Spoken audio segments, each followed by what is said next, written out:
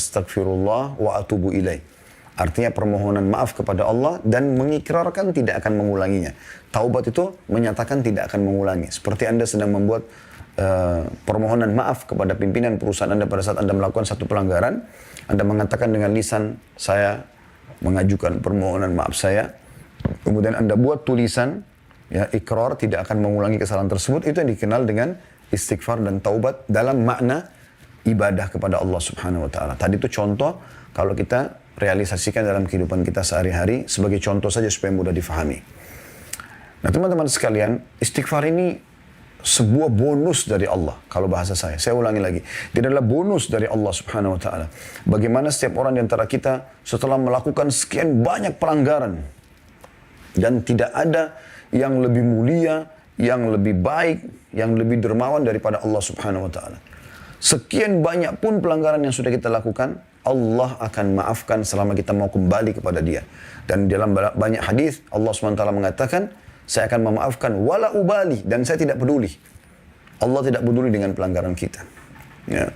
Jadi harus ditekankan baik-baik masalah ini teman-teman sekalian. Cukuplah yang sudah berlalu, berlalu. Sampai kita bicara sekarang, hari ini, ke depan. Jadilah orang mukmin dan mukminah yang benar. Yang mengisi sisa umurnya ini, yang kita tidak tahu kapan akan berakhir. Ya, karena ajal itu rahasia Allah Subhanahu wa taala. Kita isi dengan kebaikan-kebaikan, ketaatan-ketaatan. Ya. Dan ini adalah bonus yang luar biasa. Bahkan saya bisa membahasakan istighfar itu dan taubat adalah tiket VIP menuju ke surga di akhirat sana, dan tiket VIP untuk mengembalikan fasilitas yang Allah berikan sebagai rezeki di dunia. Ya, karena dengan taubat, kata Nabi SAW tadi hadis yang sudah saya bacakan, ya, taubat tajubu ma qablah. Taubat membersihkan semua kesalahan yang lalu. Jadi Anda sudah diputihkan. Pernah sudah diputihkan berarti fasilitas secara duniawi dari rezeki dan kebutuhan kita akan dikembalikan oleh Allah Subhanahu wa taala. Bahkan bisa ditambahkan karena kita lebih giat dalam patuh. Dan di akhirat pada saat meninggal kita masuk ke dalam surga. Lalu kenapa teman-teman kita tidak berusaha selalu istighfar? Itulah judul kita. Berusaha senantiasa istighfar. Tidak ada ruginya beristighfar itu. Pernah satu kali Imam Ahmad rahimahullah di masa akhir hidup beliau tergerak hatinya untuk datang ke sebuah kota. Tapi beliau tidak tahu kenapa beliau ke sana gitu. Beliau datang, kemudian sampai ke kota itu, beliau tidak kenal orang-orang, maka beliau ke masjid, ikut sholat. Selepas sholat Isya di masjid tersebut, Imam Ahmad rahimahullah tidak dikenal oleh orang-orang di wilayah itu. Karena zaman dulu tidak ada foto kayak kita sekarang ya. Mudah dikenal, oh ini mukanya ustadz ini, kiai ini seperti ini. Mudah dikenal. Kalau sekarang, zaman dulu tidak bisa. Kecuali orang bertemu langsung. Kemudian kita tahu, oh ini Ahmad bin Hanbal, oh ini Syafi'i, oh ini Abu Hanifah, oh ini Imam Malik, dan seterusnya. Ya. Maka marbot masjid datang, kemudian mengatakan kepada Imam Ahmad, sudah selesai sholat Isya, Anda harus keluar dari masjid. Kata Imam Ahmad, saya musafir, tidak ada kenalan di sini. Saya akan istirahat di masjid. Marbotnya dengan tegas mengatakan tidak bisa. Anda harus keluar dari masjid. Masjid akan dikunci. Gitu kan. Maka Imam Ahmad pun diusir dari masjid tersebut.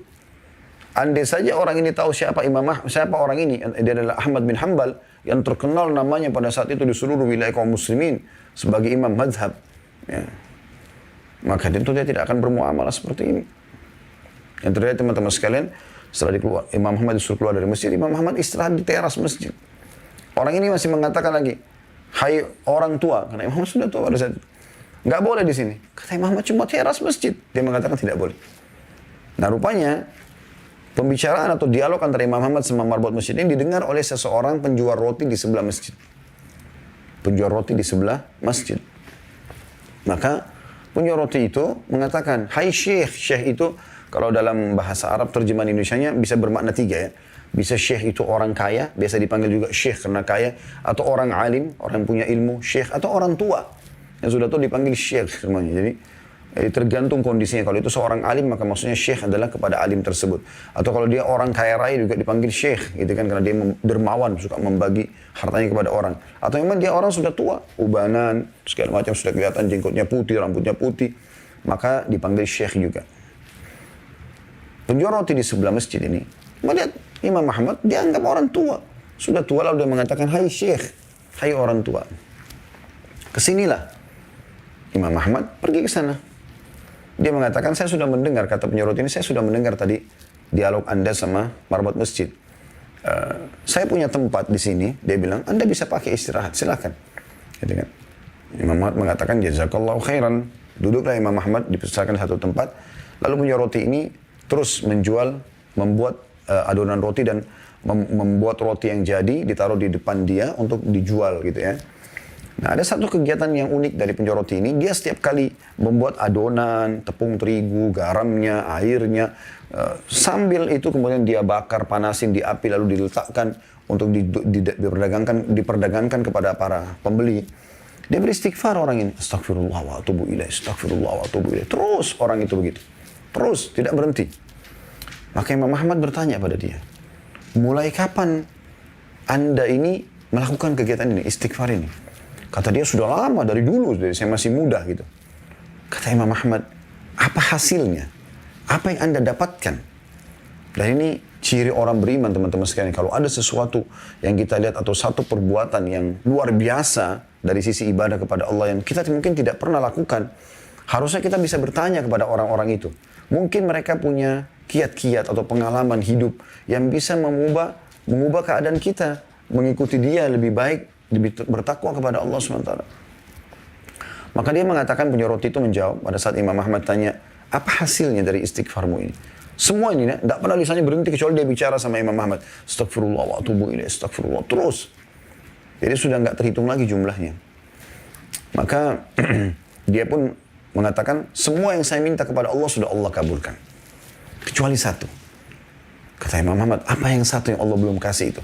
Dia bilang, saya minta agar Allah mempertemukan saya dengan Imam Ahmad bin Hanbal. Maka Imam Ahmad bin Hanbal tiba-tiba bertakbir, Allahu Akbar. Kata orang tersebut, kenapa Anda bertakbir? Dia bilang, saya Ahmad bin Hanbal. Allah datangkan saya dari kota saya ke kota ini tanpa ada seorang pun yang saya kenal. Kemudian saya diusir oleh marbot masjid sehingga saya didatangkan oleh Allah ke tempatmu ini karena istighfarmu tadi. Jadi bagaimana istighfar orang ini sampai mendatangkan yang dia inginkan. Ini sesuatu yang luar biasa. Bagaimana fasilitas dunia itu Allah berikan, kembalikan kepada dia. Ini baru di dunia, belum di akhirat. Ya, belum di akhirat. Dalam sebuah hadis Bukhari dijelaskan bahwasanya akan ada orang nanti diberikan derajat yang tinggi di surga. Dia sendiri tahu dia nggak mungkin sampai ke derajat itu. Dia mengatakan, dari mana wahai Tuhanku ini? Saya tidak merasa pernah mengerjakan amal-amal sehingga saya sampai derajat ini. Apa kata Allah Subhanahu wa taala kepada dia? Itu istighfar anakmu untukmu. Jadi mengajarkan kepada anak agar memohon ampun buat orang tua, itu luar biasa. Istighfar meninggikan derajat di surga nanti. Bukan hanya sekedar masuk surga. Terus dengan istighfar yang ada, baik kita melakukannya atau kita orang lain yang memohon ampun kepada Allah untuk kita, maka akan sama hasilnya. Jadi teman-teman, luar biasa yang harus diperhatikan. Dalam pembukaan kita saya ingin coba mengangkat sebagian perkataan salaf sebelum kita baca bukunya ya, tentang masalah istighfar ini. Abu Musa al-Asy'ari radhiyallahu anhu, Abu Musa al-Asy'ari radhiyallahu anhu, sahabat Nabi yang mulia, berkata, dahulu kita memiliki dua penyelamat, ya, dua pelindung dari siksa Allah. Salah satunya telah pergi, yaitu keberadaan Rasulullah SAW. Selama Rasulullah ada, Allah tidak akan turunkan azabnya kepada umat ini. Dan Nabi SAW selalu dapat wahyu dari langit. Tapi Nabi SAW sekarang sudah meninggal. Dan tersisa satu di tengah-tengah kita, yaitu istighfar. Kalau istighfar juga sudah pergi, niscaya kita akan binasa. Ya? Ini statement yang luar biasa. Renungi teman-teman sekalian. Kata beliau, dahulu kita memiliki dua penyelamat dari azab. Atau kami memiliki dua penyelamat dari siksa Allah. Yang satu sudah pergi dan sisa yang satu lagi. Yang sudah pergi adalah keberadaan Rasulullah SAW dan tersisa adalah istighfar. Kalau dia pun pergi dari kita, maksudnya dari lisan kita, ya, maka kita pun akan binasa.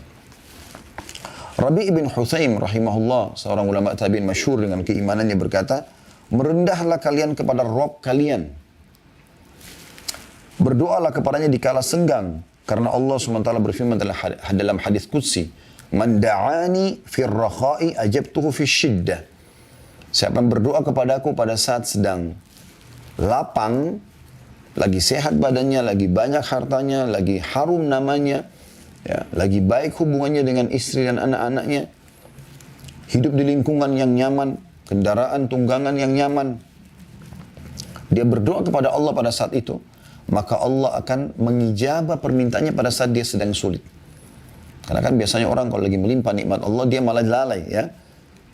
Contoh misalnya teman-teman lagi rekreasi nih ya, keluar kota dengan keluarga. Coba Anda perhatikan, biasanya kita lalai. Kita mendapatkan hotel bintang 5, pemandangan yang indah, udara yang segar, fasilitas yang luar biasa memukau, memuaskan jiwa. Maka biasanya orang lalai, sholatnya telat. Nggak lagi baca Quran, zikir pagi petangnya terbengkalai. Ya. Sering nggak Anda lihat pada saat lagi liburan sekolah biasanya, sebelum masa pandemi ya, kemana orang-orang tua baca anak-anaknya? Banyak yang mengajaknya ke kolam renang, di sana terbuka aurat. Laki-laki dan perempuan. Ya. Laki-laki cuma pakai celana pendek, bahkan mirip seperti celana dalam, mohon maaf. Perempuannya cuma pakai BH dan celana dalam. Dan disaksikan oleh anak-anaknya. Mereka pun dengan jilbab besarnya si ibu, ayahnya mungkin kelihatan ada simat atau tanda-tanda iltizam, ya, ketaatan kepada Allah dari pelihara jenggot, mungkin dia pakai baju koko, pakai kopiah, misal contoh ya. Nah, ternyata dia ke sana dan pun mereka lihat, jadi lalai, gitu kan? Jadi lalai. Atau ke pinggir pantai, atau kemana saja tempat-tempat kemaksiatan, atau keluar negeri ke negara-negara kafir, akhirnya terbengkalai, kan gitu. Makanya di saat-saat justru kita lagi puncak-puncaknya nikmat, ya, kita harus lebih kuat dalam beribadah. Harusnya pada saat kita ke puncak, ya, kalau mohon maaf teman-teman yang di luar dari Jabodetabek, mungkin yang belum pernah pun ke sini, puncak itu nama satu wilayah di Jawa Barat yang memang tempat rekreasi, biasanya orang pergi di weekend ya, di Sabtu Ahad untuk rekreasi keluarga, banyak villa-villa yang disewakan. Mungkin di setiap kota Anda juga ada itulah, ya. Maka orang kadang-kadang pergi seperti ini, lalai mereka. Harusnya kita pada saat pergi seperti itu makin bagus sholat malamnya, di udara yang sejuk, di hotel bintang 5, di pemandangan yang indah, di situ Anda berzikir, Anda bertafakur, duduk di teras hotel, Anda memikirkan penciptaan langit dan bumi. Harusnya seperti itu, ya. Bukan malah lalai. Bukan malah melakukan kemaksiatan kepada Allah SWT. Nah, ini kata kunci, kalau orang mengingat Allah, berdoa kepada Allah, di saat dia sedang senang, malah dia makin giat beribadah, maka Allah akan mengijabah permohonan dia di saat dia lagi susah. Ya. وَمَنْ سَأَلَنِي أَعْطَيْتُهُ. Lanjutan hadis. Dan siapa yang memohon kepadaku, kata Allah, aku akan berikan. Mungkin ada di antara Anda yang berkata, ada permintaan saya yang belum diterima, belum diberi oleh Allah, Ustaz. Maka saya jawab, mungkin. Tetapi mayoritas permintaan Anda sudah Allah kasih. Ada yang Allah tunda, mungkin karena permintaannya tidak wajar, atau dia minta sesuatu yang wajar tapi Allah ingin menguji keimanannya sehingga ditunda beberapa saat, tapi Allah akan ijabah. Contoh mayoritas permintaan kita sudah Allah kabulkan. Bukankah setiap hari kita lapar, teman-teman sekalian? Begitu kita lapar, di hati kita terbesit saja mau makan. Tiba-tiba kita dapat makanan tuh. Kalau tidak, kita nggak mungkin hidup sampai sekarang kan? Bukankah tiap hari kita haus? Tapi begitu kita haus, kadang-kadang cuma kita ucapkan haus nih, mata kita dan pikiran kita terarah ke satu supermarket, lalu kita beli minuman misalnya. Dan kita bebas memilih minuman yang mana kita inginkan. Lalu kita meneguk minuman yang dingin dan sejuk itu, ya, sehingga menghilangkan dahaga kita. Ya, bukankah banyak sekali ya yang lainnya, kita misalnya setiap hari ingin berpenampilan dengan penampilan yang bagus, yang membuat kita nyaman dan penilaian orang juga jadi positif kepada kita. Dan kita punya pakaian. Kalau mau dihitung teman-teman sekalian, pakaian kita dari kita masih bayi sampai kita sekarang ini, berapapun umur Anda, mungkin itu sudah puluhan juta, mungkin ratusan juta nilainya. Begitu juga dengan makanan yang kita konsumsi. Belum lagi hal-hal yang lain, yang gratis. Oksigen yang kita hirup, cahaya yang ditangkap oleh mata, suara yang ditangkap oleh kuping, sehingga kita bisa dengar.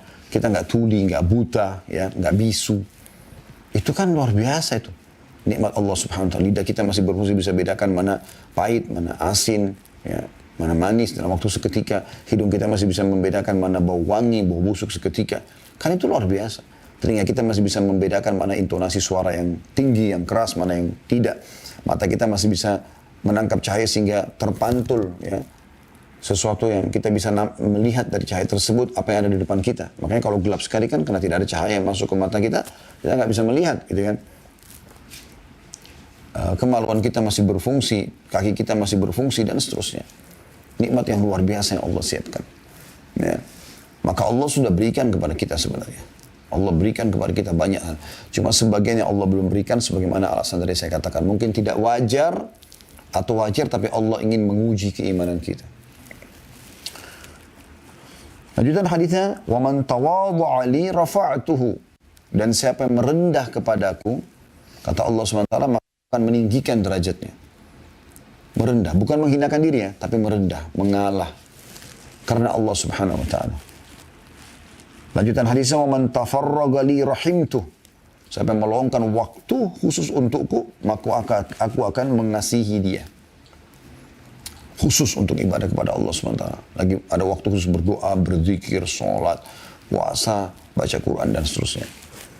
Dan saksi bahasan kita akhir hadis, وَمَنِ اسْتَغْفَرَنِي غَفَرْتُ لَهُ. Dan siapa yang memohon ampun kepadaku, maka aku akan memaafkannya. Hadis ini, ya, hadis sahih tentunya ini, ya. Tapi perkataan Rabi' ibn Husain rahimahullah ini diambil dari kitab Minhajus Shalihin halaman 951. Ini belum kita masuk ke bahasan kitab kita ya. Saya hanya ingin menghadirkan sebelum kita masuk panjang lebar ini teman-teman sekalian ke pentingnya istighfar. Kenapa tema kita ini berusaha selalu istighfar? Ibnul Jauzi berkata rahimahullah, iblis berkata, aku membinasakan anak cucu Adam dengan dosa. Perhatikan. Iblis membinasakan kita dengan dosa. Karena dengan dosa, kita akan jauh dari Allah Subhanahu Wa Taala, jauh dari fasilitas yang Allah siapkan, karena kita melanggar. Nabi Adam AS dikeluarkan dari surga, melanggar, gitu kan? Sampai dia memohon ampun kepada Allah. Itu pun ya, butuh waktu untuk kembali lagi ke surga. Dan mereka membinasakanku, kata iblis, dengan istighfar dan la ilaha illallah. Upaya yang sangat besar dari iblis untuk menyesatkan manusia, itu seketika habis setelah dia bermaksiat 20 tahun, 30 tahun. Dia beristighfar di tahun 31-nya, ya, atau tahun 41 dari setelah dia kemaksiatan. Allah maafkan semuanya. Habis upaya iblis. Maka binasa, kata iblis. Saya binasa ini karena upaya saya, semua energi yang saya keluarkan, strategi dan segala macam habis dengan istighfar. Dan la ilaha illallah. Dengan terus bergantung, memahami makna tidak ada Tuhan yang berhak disembah kecuali Allah, lalu hanya bergantung kepada Allah. Dengan penuh keyakinan Allah itu maha kuasa, maha adil, maha baik, ya, dan seterusnya. Jadi ini statement yang luar biasa. Lalu kata beliau, iblis masih berkata, manakala aku melihat hal itu pada mereka, aku tanamkan pada mereka nafsu, ya, hawa nafsu, di mana mereka berbuat dosa tapi mereka tidak beristighfar karena mereka mengira diri mereka berbuat baik. Jadi orang kalau sudah buat maksiat yang iblis lakukan dengan para pengikutnya, bagaimana membuat orang itu nyaman dengan dosa tersebut, atau bahkan sebaliknya. Kalau dia ahli ibadah, dia seakan-akan sudah kotor, sudah pelanggar, nggak perlu istighfar. Ini keliru. Di poin ini penting teman-teman sekalian. Setiap Anda mulai mau terjerumus dalam kemaksiatan, ingat Allah SWT. Dan kalau ada peringatan dalam hati, khawatir dan segala macam, berhenti. Jangan lagi melakukannya. Lari kepada ketaatan kepada Allah SWT. Anda yang bisa menyelamatkan diri Anda sendiri. Allah mengatakan dalam Al-Quran, A'udzubillahi minasyaitonirrajim, innallaha la yughayyiru ma biqaumin hatta yughayyiru ma bi anfusihim. Allah tidak akan pernah mengubah nasib satu kaum sampai mereka mengubah nasibnya sendiri.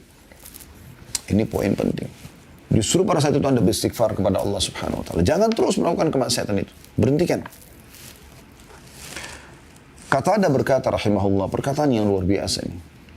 Dia mengatakan, Al-Quran menunjuki kalian penyakit dan obat penyembuh kalian.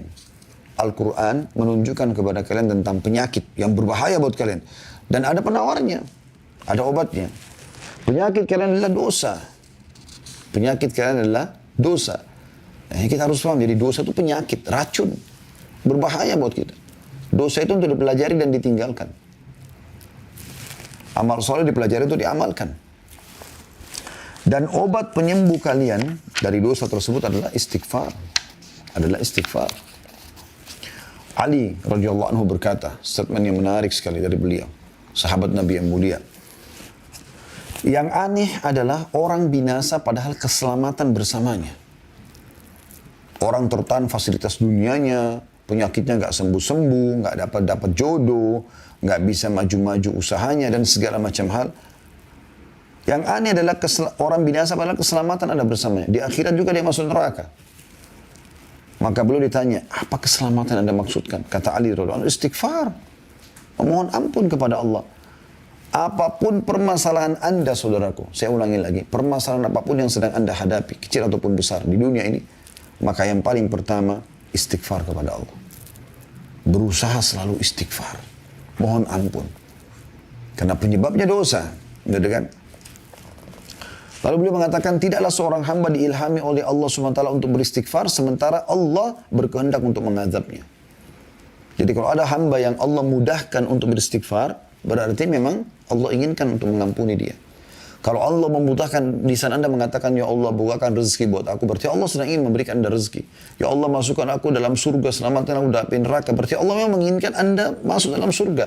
Karena dengan izin Allah lah lisan kita bisa mengucapkan itu. Sampai kadang-kadang teman-teman, saya kalau lagi berdoa, saya coba membahasakan begini. Ya Allah yang telah mengizinkan lisanku untuk mengucapkan doa ini.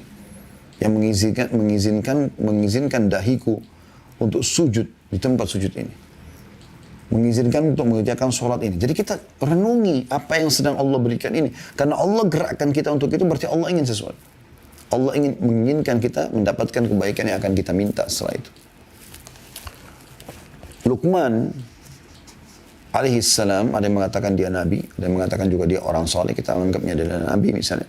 Karena Allah sebutkan namanya dalam Al-Quran surah Luqman. Ya. Dia pernah berwasiat kepada anaknya, wahai anakku, Allah memiliki beberapa waktu tidak ditolak orang yang meminta pada waktu itu. Seperti antara azan dan iqamah, seperti sepertiga malam. Yang Anda sudah tahu pada saat hujan turun, ya, doa orang tua pada anaknya dan seterusnya. Maka perbanyaklah istighfar. Perhatikan di sini, wasiat Luqman alaihissalam bukan perbanyaklah permintaanmu, ya. Tapi dia mengatakan perbanyaklah istighfar. Karena dengan istighfar ini, permohonan maaf, Allah akan berikan semuanya. Perhatikan waktu Nabi Adam alaihissalam melakukan pelanggaran. Makan pohon dari pohon yang Allah larang. Apa yang terjadi? Apakah Nabi Adam mengatakan, ya Allah, kembalikan aku ke surgamu? Bukan. Nabi Adam mengatakan, Rabbana zalamna anfusana. Ya Allah, kami telah menzalimi diri kami. Wa in lam taghfir lana wa tarhamna lanakunanna minal khasirin. Kalau engkau tidak memaafkan kami, mengasihi kami, maka kami termasuk orang-orang yang rugi. Karena Nabi Adam AS sangat faham dengan memohon ampun kepada Allah akan kembali fasilitas tersebut. Ya, seperti itu. Aisyah berkata, radhiyallahu anha, Ummul Mukminin, Tuba ini sebuah tempat di surga, ya, pohon di surga, itu sebuah pohon di surga. Tuba bagi orang yang mendapatkan banyak istighfar dalam buku catatan amalnya. Kemudian Abul Minhal rahimahullah berkata, tidaklah seorang hamba didampingi dalam kuburnya oleh pendamping yang lebih dia cintai daripada istighfar. Anda mau pendamping yang paling Anda suka di kuburan, yang Anda merasa tentram dengannya, karena memang dalam sebuah hadits Bukhari dijelaskan, seseorang itu akan ditemani oleh amalnya. Amal soleh itu akan berbentuk seperti makhluk, kalau dia amal soleh, seperti bentuk makhluk yang tampan, yang wangi, yang bercahaya. Dan dia kagum jenazah ini karena berada di sebelah amal itu. Dan kalau orang naudzubillah meninggal, semoga Allah selamatkan kita dan memaafkan kalaupun kita punya kesalahan masa lalu. Dari perzinahan, dari minum khamar, dari narkotika, dari menipu orang, dari segala macam perbuatan buruk, maka akan berbentuk wujud. Ya. Bentuk wujud, sosok yang menakutkan, yang mengeluarkan bau yang sangat busuk. Ya. Al-Hasan Basri berkata rahimahullah, seorang ulama tabi'in, renungi baik-baik semua nasihat yang mulia ini. Perbanyaklah istighfar di rumah-rumah kalian, di meja-meja kalian, di meja-meja makan kalian, di jalan-jalan kalian, di pasar-pasar kalian, di majelis-majelis kalian. Karena kalian tidak tahu kapan ampunan itu turun. Ya. Makanya di sini judul kita menarik sekali, berusahalah selalu istighfar. Ini Hasan Basri mengatakan, karena kalian tidak tahu kapan ampunan itu datang, dari istighfar yang mana. Seorang Badui berkata, siapa yang ingin menjadi tetangga kami di tanah kami, hendaklah memperbanyak istighfar. Karena istighfar adalah awan tebal yang mengandung air hujan. Jadi mereka memberikan syarat siapa mau jadi tetangganya, silakan. Tapi perbanyak istighfar. Akhirnya jadilah engkau ahli ibadah yang dekat kepada Allah SWT. Karena tidak mungkin istighfar kecuali ahli ibadah. Gitu kan. Mereka tahu nilainya permohonan maaf kepada Allah itu. Karena itu akan mendatangkan hujan yang lebat bukan sebagai bencana, tapi maksudnya hujan lebat yang membuat tanah-tanah subur, hewan-hewan bisa hidup, manusia juga bisa hidup, sungai-sungai, lautan bisa terlihat sebagai perhiasan di muka bumi dan bisa memenuhi kebutuhan manusia. Bakar bin Abdullah Al-Muzani rahimahullah berkata, kalian banyak berbuat dosa, maka perbanyaklah istighfar. Karena seseorang kalau menemukan istighfar dalam catatan amalnya pada setiap jarak 2 baris, dia akan senantiasa atau senang melihat tempat itu. Ini mirip sama judul kita ya. Berusaha selalu beristighfar. Senantiasa istighfar. Kata beliau, kalian banyak buat dosa. Bahkan kadang-kadang ada dosa yang tidak sengaja kita lakukan. Jadi kan. Maka, apalagi yang kita sengaja ya. Maka beliau mengatakan perbanyak istighfar. Karena kalau seseorang antara kalian menemukan nanti di setiap 2 baris dari buku catatan amalnya istighfar, dia akan senang itu. Karena buat dosa, istighfar. Ada dosa, ada istighfarnya. Gitu kan. Bahkan istighfar ini bisa memudahkan urusan teman-teman sekalian. Dinukil dari Imam Syafi'i rahimahullah. Beliau pernah diberikan atau sering diberikan tugas oleh gurunya Imam Waqi' rahimahullah. Dan selalu Imam Syafi'i lupa. Saya dikasih kesempatan tugas untuk menghafal lupa. Maka beliau menyebutkan dalam syairnya masyhur. Syakautu ila waqi'i su'a hifdhi. Aku mengeluhkan kepada Imam Waqi' tentang buruknya hafalanku. Fa'arsyadani ila tarkil ma'asi. Maka dia memerintahkan aku untuk atau menunjukiku untuk meninggalkan kemaksiatan. Wa akhbarani bi anna ilma nurun, dan dia memberitahukan kepadaku bahwasanya ilmu itu adalah cahaya, nurullahi la yu'ta li 'asi. Dan cahaya Allah tidak akan diberikan kepada ahli maksiat. Ibnu Taimiyah berkata rahimahullah, pikiranku terpaku pada sebuah masalah yang sulit bagiku. Maka aku beristighfar kepada Allah 1000 kali sampai dadaku dilapangkan dan masalah sulit terpecahkan. Aku kadang berada di pasar, di masjid atau di sekolah, tapi hal itu tidak menghalangiku dari zikir dan istighfar sampai aku meraih apa yang aku inginkan. Nah, itu kan luar biasa statement ini. Ini semua teman-teman statement yang menarik yang harusnya kita jadikan sebagai bahan renungan. Baik, saya akan mulai membaca teman-teman sekalian apa yang menjadi bahasan kita pada kesempatan ini di halaman 70 tentang berusahalah untuk senantiasa istighfar. Di antara yang disyariatkan dan dianjurkan Allah Subhanahu wa taala, kata penulis, kepada hambanya ialah senantiasa beristighfar kepadanya Azza wa Jal, maksudnya kepada Allah Subhanahu wa taala. Dan itu adalah petunjuk para nabi alaihi wassalatu wassalam. Allah Subhanahu wa taala berfirman kepada Nabi Nuh alaihissalam dalam surah Nuh ayat 28. Allah perintahkan para nabinya beristighfar. Para nabi itu maksum. Nabi itu dimaafkan kesalahannya. Tapi perhatikan apa Allah anjurkan kepada mereka. Manusia-manusia terbaik yang Allah pilih sebagai utusannya. A'udzu billahi minasyaitonir rajim, surah Nuh ayat 28. Rabbighfirli wa liwalidayya wa liman dakhala baitiya mu'minan wa lil mu'minina wal mu'minati wa la tazididz zalimina illa tabara. Wahai Tuhanku, ampunilah aku, ibu bapakku, dan siapapun yang memasuki rumahku dengan beriman, dan semua orang yang beriman, laki-laki dan perempuan. Dan janganlah engkau tambahkan bagi orang-orang yang zalim itu selain kehancuran. Ketika beliau memohon kepada Allah agar menyelamatkan putranya, maka beliau menilai permintaan itu termasuk perkara yang mengharuskan beristighfar. Bahkan beliau khawatir tergolong dari orang-orang yang merugi. Jadi pada saat Nabi Nuh alaihissalam sudah naik di atas kapal dan semua pengikut yang beriman sudah naik, bahkan hewan-hewan dari setiap jenis betina jantan dibawa gitu kan. Maka Nabi Nuh melihat anaknya. Ya. Maka Nabi Nuh memanggil anaknya untuk naik. Ayo naik. Tapi anaknya nolak, tidak mau. Tetap tidak mau. Dan dia mengatakan, saya akan pergi ke gunung yang tinggi untuk menyelamatkan diri. Nabi Nuh sudah bilang, tidak ada lagi yang bisa selamat dari siksa Allah pada hari ini. Tapi karena dia tidak mau, ya, maka tenggelamlah anaknya. Depan matanya dia lihat anaknya tenggelam, mati dalam keadaan kafir. Nabi Nuh sempat berkata, ya Allah, sungguhnya dia dari keluargaku. Dan janjimu adalah benar. Maka Allah menegur Nabi Nuh alaihissalam. Sungguhnya dia bukan lagi keluargamu, hai Nuh. Amalnya, perbuatannya bukan perbuatan yang baik. Lalu Allah mengatakan apa? Ya, aku tidak ingin kau termasuk orang-orang yang jahil tidak mengerti. Aku sudah tentukan seperti ini, lalu kau coba memprotesnya, tanda kutip ya. Walaupun Nabi Nuh AS sini bukan memprotes, tapi Nabi Nuh AS ya, prihatin sebagai ayah tentang anaknya gitu. Maka Nabi Nuh pun merasa bertakut kepada Allah. Ya. Dia mengatakan Allah Nuh dalam surah Hud ayat 47. Nabi Nuh mengatakan pada saat Allah sudah menegurnya, A'udzu billahi minasyaitonir surah Hud ayat 47. Qala rabbi inni a'udzu bika an as'alaka ma laysa li bihi 'ilm wa illa taghfir li wa tarhamni akum minal khasirin. Nabi Nuh berkata, wahai Tuhanku, sesungguhnya aku berlindung kepadamu bahwa aku memohon kepadamu sesuatu yang tidak aku ketahui. Dan sekiranya engkau tidak memberi ampun kepadaku dan tidak menaruh belas kasihan kepadaku, niscaya aku termasuk orang-orang yang merugi. Jadi Nabi Muhammad SAW pun memohon ampun atas tadi permintaan agar anaknya diselamatkan, karena anaknya meninggal dalam keadaan kafir. Nabi Musa AS juga berkata dalam surah Al-Qasas ayat 16, A'udzu billahi minasyaitonir rajim. Inni dzalamtu nafsi faghfirli faghafaralah innahu huwal ghafurur rahim. Sesungguhnya aku telah menzalimi diriku sendiri, maka ampunilah aku dengan berbuat kesalahannya. Maka dia Allah mengampuninya. Sesungguhnya Allah dialah yang maha pengampun lagi maha penyayang.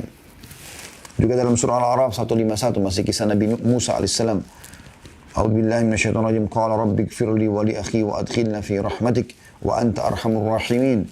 Dia Musa berkata, berdoa, wahai Tuhanku, ampunilah aku dan saudaraku, maksudnya Nabi Harun alaihi wassalatu wassalam, dan masukkanlah kami ke dalam rahmatmu, dan engkau adalah zat yang maha penyayang di antara para penyayang. Juga dalam surah Al-A'raf, masih surah yang sama, ayatnya berbeda, 155 sampai 156, ya, yang berbunyi, A'udzu billahi minasyaitonir rajim. In hiya illa fitnatuka tudillu biha man tasha' wa tahdi man tasha'. Anta waliyuna faghfir lana warhamna wa anta khairul ghafirin. Waktub lana fi hadhihi dunya hasanatan wa fil akhirah inna hudna ilaik.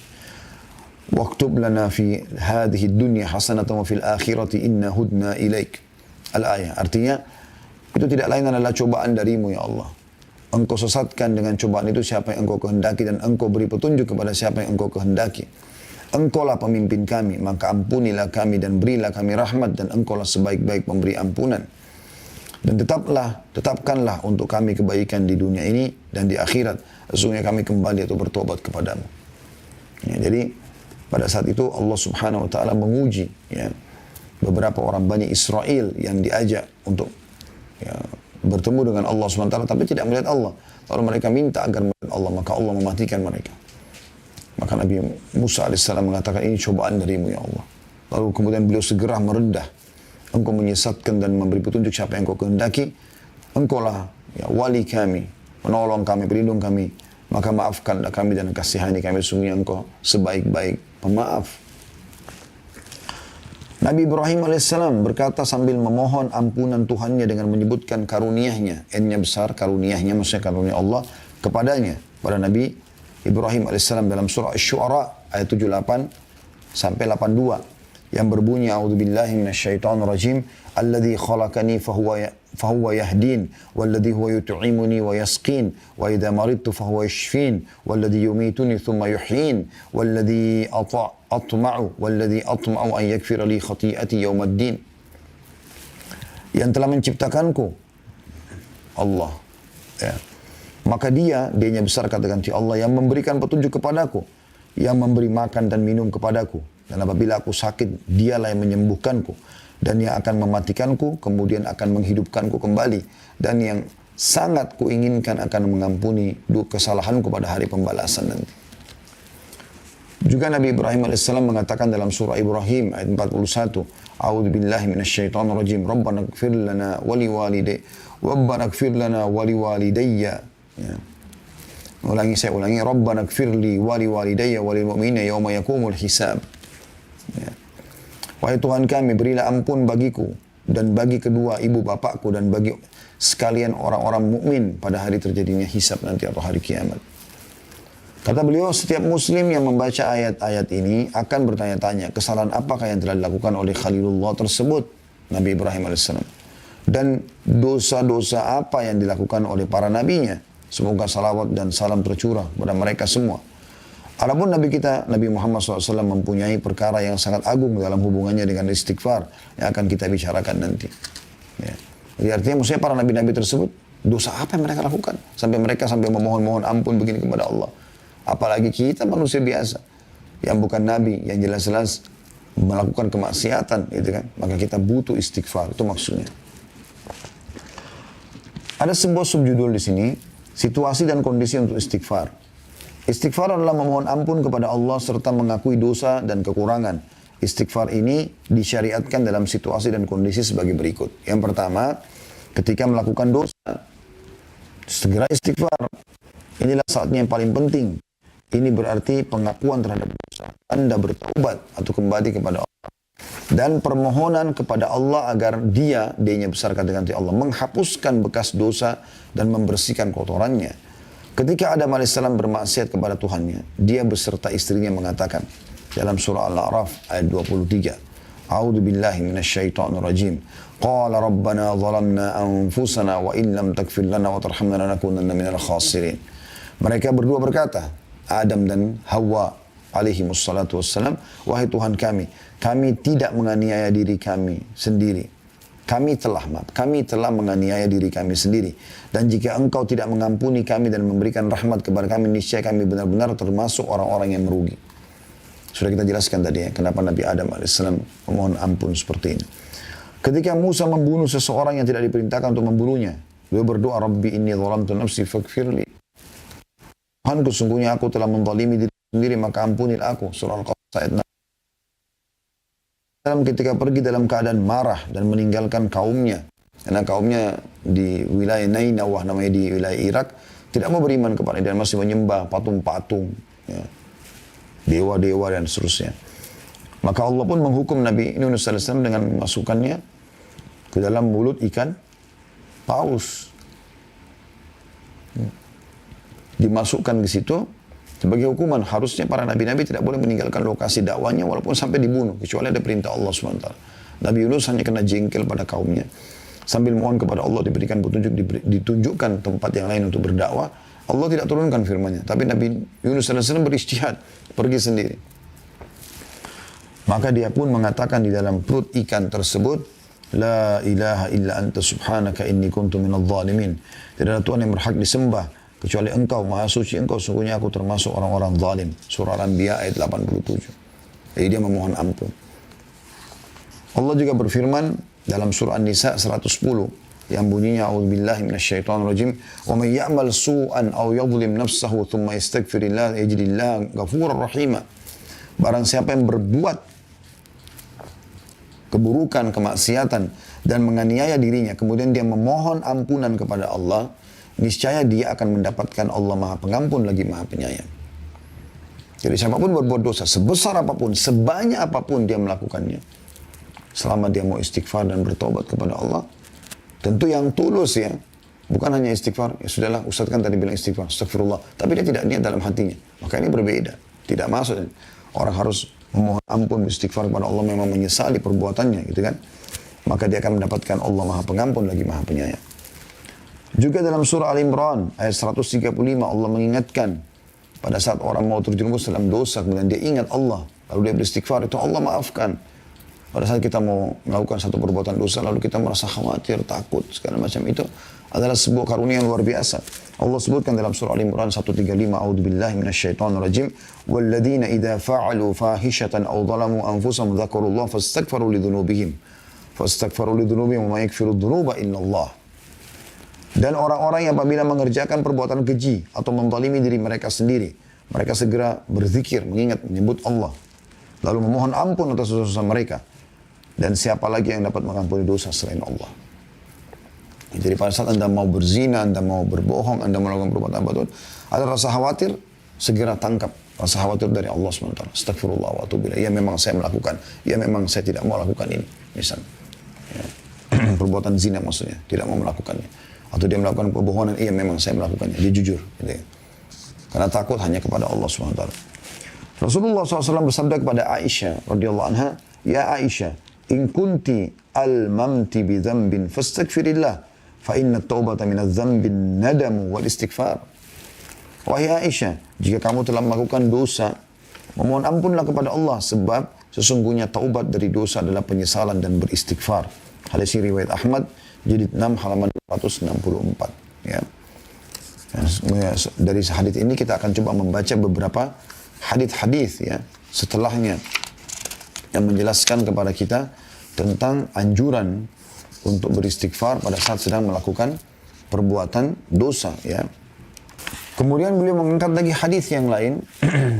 Hadis Abu Hurairah radhiyallahu anhu disebutkan bahwa Rasulullah SAW bersabda, "Innal 'abda idza akhta'a khati'atan nukitat fi qalbi nuqtatun sauda, fa idza huwa naza'a wastaghfara wa taba suqila qalbu wa in 'ada zida fiha hatta ta'lu 'ala qalbihi wa huwa ar-rannu alladhi dzakara Allah kalla barrana 'ala qulubihim ma kanu yaksibun." Surah Al-Mutaffifin ayat 14. Terjemahan hadis ini, sesungguhnya kata Nabi SAW, seorang hamba melakukan satu kesalahan atau dosa, maka dalam hatinya terbentuk satu bercak hitam. Dosa itu luar biasa.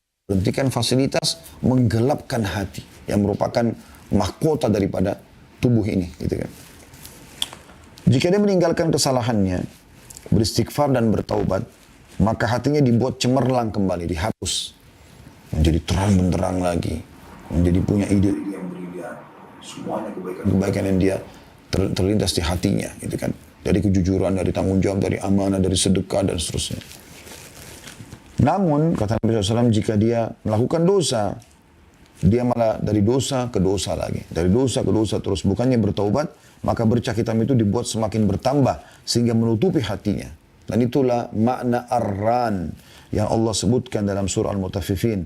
Ya. Kalla barran. Ya. Sekali-kali tidak, bahkan apa yang mereka kerjakan itu telah menutupi hati mereka. Dari maksudnya menutupi hati itu jadi keras hatinya. Bahkan dalam ayat Al-Quran yang lain Allah mengatakan, au asyaddu kaswah, lebih keras daripada batu. Karena sudah luar biasa, dari dosa ke dosa bahkan dianggap seperti permainan saja. Orang seperti ini subhanallah, mau bencana alam, mau ada teman di sebelahnya lagi naik mobil bersama tabrakan, mati depan matanya, pecah kepalanya, keluar, tidak tersentuh sama sekali. Orang beriman itu sedikit aja. Sedikit aja tanda-tanda yang kelihatan depan matanya dan dia khawatir, maka dia langsung kembali kepada Allah. Nabi Muhammad SAW dikatakan dalam riwayat yang sahih, kalau melihat ada gumpalan awan hitam, ya, beliau gelisah, bolak-balik. Sampai pasti turun air hujan yang sejuk, yang benar, yang baru beliau tenang. Beliau khawatir jangan sampai gumpalan asap itu justru siksaan Allah yang datang. Begitu orang beriman, pekahnya, hati-hatinya gitu. Bahkan sebagian salafus salih mengatakan, aku tahu aku punya dosa pada saat aku melihat perubahan sikap dari pasangan hidupku, suami ataupun istri, ya. Tungganganku, bahkan tikus yang masuk ke dalam rumahku. Teman-teman tahu, coba renungi ya, tafsir surah Saba, surah nomor 34 tentang negeri Saba, ayat 15-nya, seingat saya ayat 15 itu, yang menceritakan tentang bagaimana Allah menjadikan mereka sebagai tanda-tanda kebesaran. Dalam buku Fathul Qadir, ya, disebutkan di tafsir ayat ini, bahwasanya saking patuhnya penduduk Saba pada saat itu, ya Allah jadikan tanda-tanda kebesaran. Allah mengatakan baldatun thayyibatun wa rabbun ghafur, ya, negeri yang makmur, yang tentram, yang nyaman, ya. Itu, dan Tuhannya Maha Pengampun. Dikatakan saking makmurnya pada saat itu mereka tidak punya hewan-hewan yang membahayakan buat mereka. Lalat, nyamuk, kutu, kalajengking dan lain-lainnya. Maka dinukil juga bahwasanya, ya, seorang wanita kalau mau manen buah, dia cuma menaruh keranjang di atas kepalanya, kemudian dia jalan di bawah pohon. Dia jalan di bawah pohon, maka buah-buah itu jatuh sendiri sampai memenuhi keranjangnya. Saking luar biasanya. Tapi setelah generasi-generasi yang datang ada yang kufur kepada Allah, mereka malah bermaksiat kepada Allah, Allah hilangkan semua itu. Allah hancurkan bendungan mereka namanya Saddul Ma'rib. Allah hancurkan sehingga berubahlah kebun-kebun yang tadinya buah-buahan, sayur-sayuran yang luar biasa, ya, nyamannya, itu menjadi dua perkebunan dari pohon-pohon cemara dan pohon-pohon sidir, ya, atau bidara yang berduri. Kemudian kata beliau dalam As-Sahihain, lanjutannya, Dari hadis Abu Hurairah radhiyallahu anhu bahwasanya Nabi SAW bersabda, Inna abdan asaba dzamban faqal Rabbi adznabtu faghfirli. Faqala rabbahu alima abdi anna lahu rabban yaghfiru dzamba wa ya'khudhu bih. Ghafartu li abdi thumma makatha ma syaa Allah thumma asaba dzamban. Faqala alima abdi anna lahu rabban yaghfiru dzamba wa ya'khudhu bihi. Ghafartu li abdi thumma asaba dzamban faqala rabbi adznabtu akhar faghfirli. Qala alima abdi anna lahu rabban yakfiru dzam wa ya'khudhu bihi. Qad ghafartu li abdi fa'mal ma syaa. Falyamal ma syaa. Artinya sungguhnya seorang hamba melakukan dosa, maka dia berkata, wahai Tuhanku, aku telah melakukan satu dosa, maka ampunilah.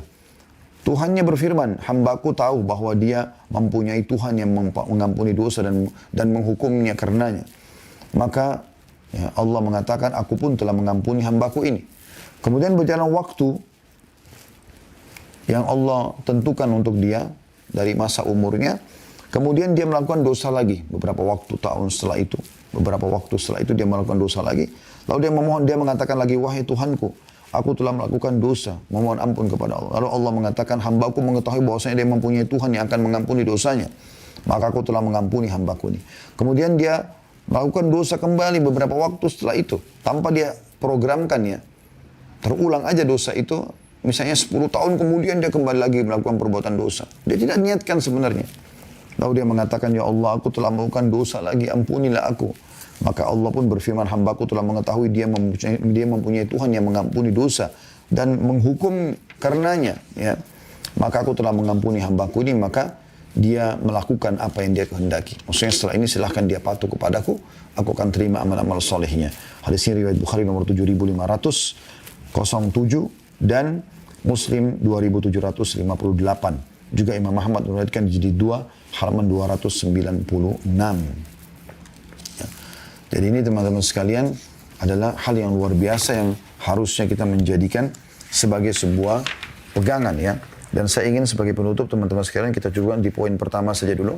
Kita akan lanjutkan nanti di pertemuan akan datang dengan salah satu ayat Al-Quran yang kita sama-sama coba tadabburi. Itu dalam surah Az-Zumar ya. Coba kita buka surah Az-Zumar di ayat 53. Surah Az-Zumar surah nomor 39 ayat 53. Saya berharap teman-teman semua membuka. Ini penutupan bahasan kita dan setelah ini kita buka pertanyaan insyaAllah. Yang berbunyi sekali lagi surah Az-Zumar surah nomor 39 ayat 53. A'udzu billahi minasyaitonir rajim. Qul ya ibadiyalladzina asrafu ala anfusihim la taqnatu min rahmatillah. Innallaha yaghfiru dzunuba jami'a innahu huwal ghafurur rahim. Artinya katakanlah, hai Muhammad, pesan dariku kata Allah. Hai hamba-hambaku, K-nya besar kata ganti Allah, yang melampaui batas dalam melakukan dosa-dosa. Sudah terlalu banyak dosanya, sudah numpuk tahunan. Katakanlah hai Muhammad, hai hamba-hambaku yang telah melampaui batas. Jadi bukan hamba-hamba yang baru melakukan dosa, yang sudah melampaui batas, berlebihan dalam dosanya. Katakanlah hai hamba-hambaku yang melampaui batas terhadap diri mereka sendiri. Janganlah kamu berputus asa dari rahmat Allah. Yang mengatakan ini sang pencipta Allah. Khusus Allah berikan bagi hamba-hamba yang melampaui batas. Apalagi orang yang tidak melampaui batas itu lebih Allah ampuni. Ini orang yang sudah dosanya, mungkin dia sendiri dalam pikiran dia tidak akan diampuni oleh Allah. Sudah sekian banyak orang dibunuh, diperkosa, minum khamar, narkotika, segala macam lah. Kesalahan, seluruh kesalahan dia lakukan. Ya. Katakan pada mereka, jangan putus asa dari rahmat Allah. Sesungguhnya Allah mengampuni dosa-dosa semuanya. Sesungguhnya dialah yang maha pengampun lagi maha penyayang.